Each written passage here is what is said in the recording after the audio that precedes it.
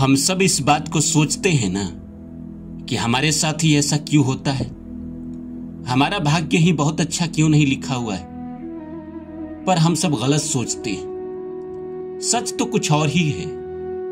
सच तो यह है कि पहले किस्मत लिखा जाता है, उसके बाद तय किया जाता है कि इस इंसान को कौन सा शरीर देना है, मतलब इस आत्मा को कौन सा शरीर देना है, कहां पैदा कराना है।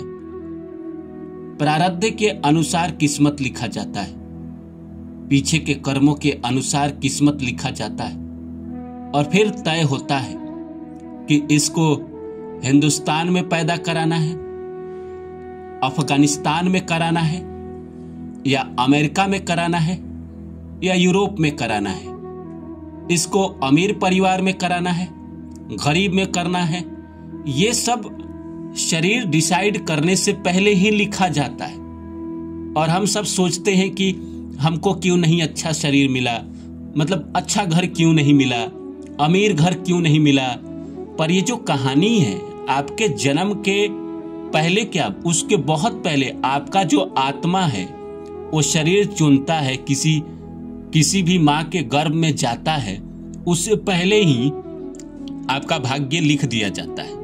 कैसे लिखा जाता है इस वीडियो में हम समझेंगे।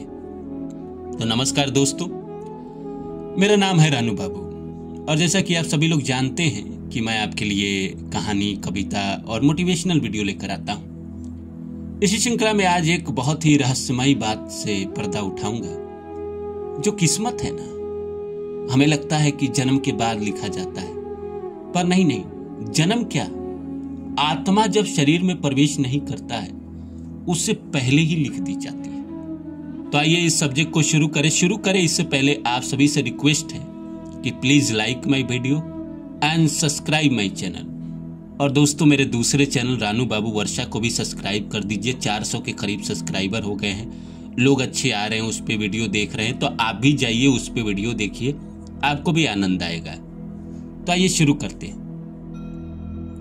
जो किस्मत का मामला है, ये किस्मत जो लिखा जाता है वो जैसे होता नहीं है कि हम जन्म ले रहे हैं, जैसे हमारी जन्म कुंडली बनती है कि हम जन्म लेके माँ के गर्भ से बाहर आए।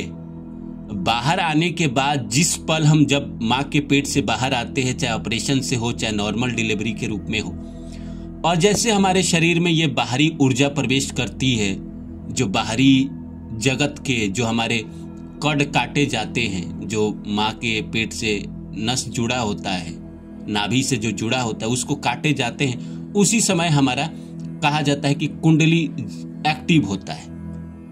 क्योंकि हम जैसे बाहर आते हैं तो बाहर की आबो हवा हमें लगती है और उसी समय जो आकाश की स्थिति होती है हमारी कुंडली बन जाती है। ये तो लोगों के अनुसार बातें हैं ना कि कुंडली ऐसे बनती है, पर सच ये है कि कुंडली तो हमारी बहुत पहले बन गई है, मतलब हमारा नसीब तो बहुत पहले लिख दिया गया है।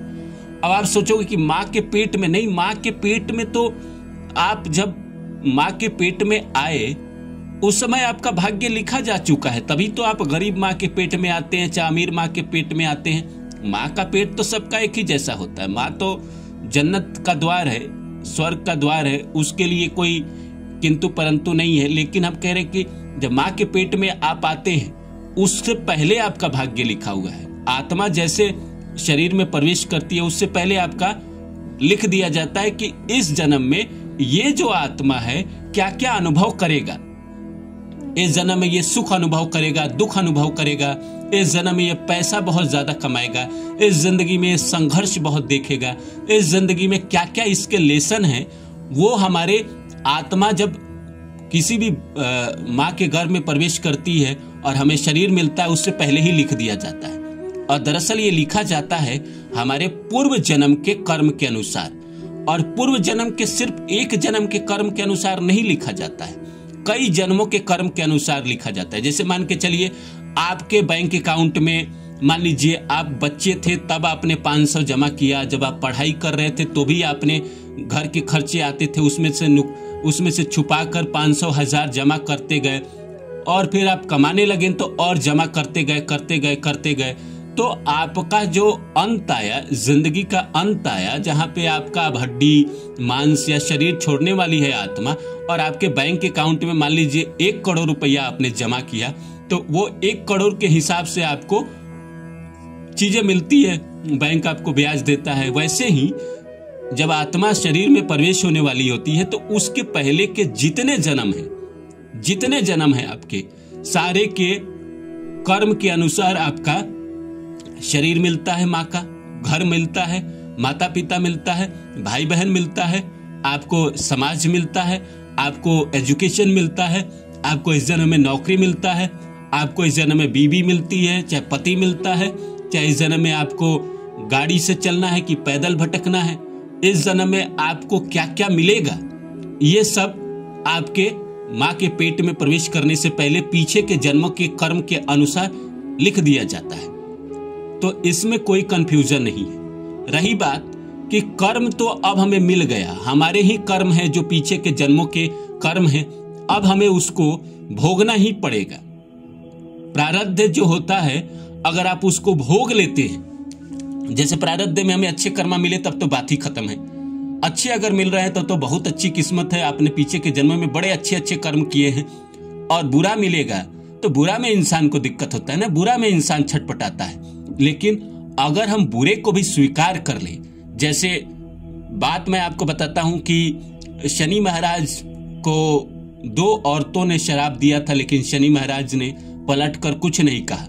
उन्होंने कहा कि मैं इसको स्वीकार करता हूं। जैसे एक बार शनि तपस्वी आदमी थे, अपने रूम में बैठे हुए थे, अपना जहां भी स्थान है, और भगवान शिव के तपस्या में लीन थे, ध्यान में चले गए थे, और उनकी पत्नी गर्भ चाहती थी और शनि महाराज के पास सज धज के आई और शनि महाराज ने ध्यान नहीं दिया, तो पत्नी ने श्राप दिया था कि तुम मेरे तरफ देख नहीं रहे हो, जाओ तुम्हारे दृष्टि में ही दोष हो जाएगा। इसलिए शनि महाराज की दृष्टि के बारे में कहा जाता है खराब है। और दूसरी बार जब शनि महाराज, जब गणेश जी का जन्म हुआ था और सब भगवान आशीर्वाद देने आए थे, शनि महाराज भी आशीर्वाद देने आए थे, और शनि महाराज नीचे देख रहे थे, गणेश भगवान को देख नहीं रहे थे, तो पार्वती माँ ने कहा कि तुम मेरे बच्चे को देखकर आशीर्वाद दो। शनि महाराज ने कहा कि नहीं, मैं नहीं देखूंगा, मुझे देखने से आपके बच्चे को नुकसान हो सकता है। पार्वती जी ने कहा कि नहीं, कोई नुकसान नहीं होगा, तुम देखो। शनि महाराज ने देखा और उनके बच्चे का गर्दन कट गया और वो ब्रह्मांड में चला गया। भगवान विष्णु ने किसी तरह वो हाथी का सर उनके गर्दन पे जोड़ा था, तो पार्वती जी ने भी श्राप दिया था। तो दोनों श्राप में उन्होंने, ऐसा कुछ नहीं है, उनकी कोई गलती नहीं थी। बाकी भगवान ने भी पार्वती माँ को समझाया कि तुम मतलब ये गलत कर रहे हो, कि भाई इसने तो कहा था कि मैं नहीं देखूंगा, लेकिन तुमने कहा तभी इन्होंने देखा। तो पार्वती माँ ने कहा ठीक है, श्राप जो दिया था कि तुम जीवन भर लंगड़े रहोगे, तो पार्वती माँ ने कहा कि ठीक है, लंगड़े नहीं रहोगे लेकिन लंगड़ा के चलोगे, अब श्राप तो वापस नहीं आ सकता। तो दोनों केस में शनि महाराज की कोई गलती नहीं थी, लेकिन उनको श्राप मिला और उन्होंने स्वीकार किया। तो उसी तरह अगर हम भी अपने जीवन में जो हमने प्रारब्ध में कर्म किए हैं और उसको स्वीकार कर ले, तो हमारी जिंदगी भी बेहतर हो जाए।